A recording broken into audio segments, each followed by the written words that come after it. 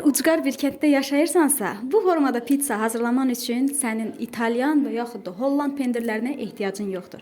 Elə öz yurdunun, öz həyətinin heyvanlarının təmiz, dadlı südündən evdə rahatlıqla mozzarella pendiri hazırlaya bilərsən.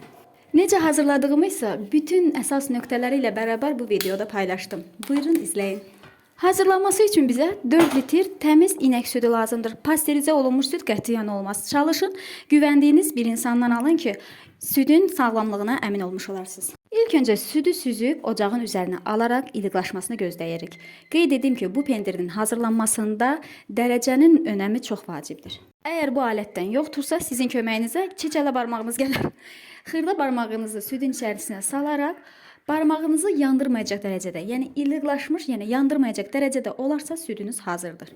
Süd iliqlaşdıqdan sonra içərisinə 300 mg alma sirkəsi əlavə edirik. Bu da sirkənin tündlüyündən asılıdır. Əgər sirkəniz tündürsə 300 mg, əgər sirkənizdə tündlük azdırsa bunu 400-450 mg etməlisiniz.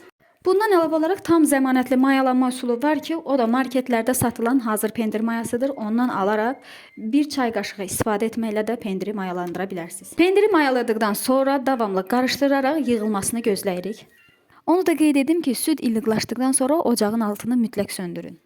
Söndürdükdən sonra içərisinə sirkəni əlavə edin. Budur, artıq burada pendir öz suyundan ayrılaraq toparlanmağa başlayır.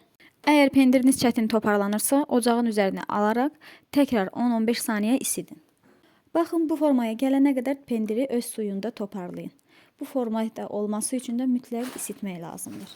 Siz pendiri öz suyunda toparladığınız müddətdə çalışın ayrı bir qazanda su qaynamağı qoyun və içərisinə belə bir süzgəc yerləşdirin. Pendiri toparladıqdan sonra su qaynara düşdüyünə görə bu suyun içərisinə onu əlavə edin. Mozzarella pendirinin əsas nüansı da budur, əsas nöqtəsi.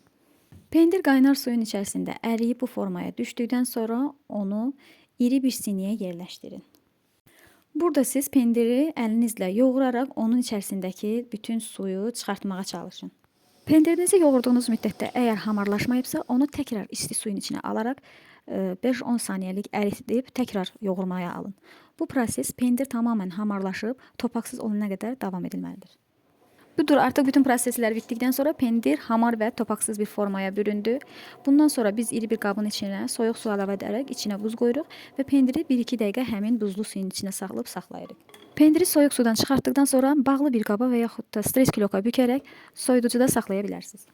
Qeyd edim ki, mən bu pendirdə duz istifadə etmədim. Bu isə onun şirniyyatlarda da rahat istifadəsinə kömək edir.